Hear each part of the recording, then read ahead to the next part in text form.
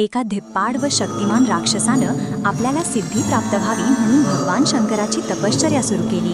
खडतर अशा तपश्चर्येनंतर भगवान शंकर त्यांच्यासमोर प्रकट झाले व म्हणाले, हे राक्षसा, तू केलेल्या तपश्चर्येवर मी प्रसन्न झालो आहे, तेव्हा तू कोणताही एक वर माग, मी तो तुला देईन.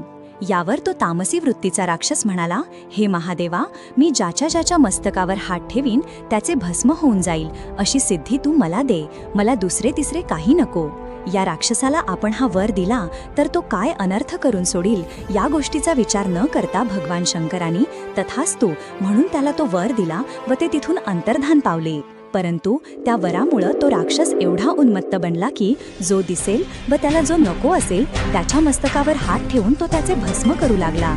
जग त्याला भस्मासूर या नावानं ओळखू लागलं व त्याचं नुसतं नाव निघालं तरी सगळे थरथर कापत असत. एकदा तर भस्मासूर प्रत्यक्ष वर देणाऱ्या भगवान शंकरांच्या मस्तकावर हात ठेवून त्यांना भस्म करण्यासाठी त्यांचा पाठलाग करू लागला.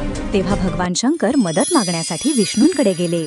सरळ द्वंद्वयुद्धात या भस्मासुरांपुढे आपला निभाव लागेलच अशी खात्री न वाटल्यानं भगवान विष्णूंनी अत्यंत सुंदर अशा मोहिनी अप्सरेचं रूप घेतलं आणि भस्मासुरासमोर सुंदर अंगविक्षेपांसह नृत्य करायला सुरुवात केली. मोहिनींचं ते अलौकिक रूप पाहून बेभान झालेला भस्मासूर मोहिनी नाचेल तसा नाचू लागला व ती हातवारे करी तसे हातवारे करू लागला.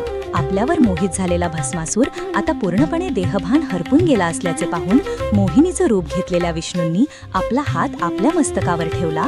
त्याबरोबर भस्मासुरानेही मोहिनीचे अनुकरण केले आणि आपला हात आपल्या मस्तकावर ठेवून स्वतःचे भस्म करून घेतले आणि अखेर भस्मासुराचा शेवट झाला.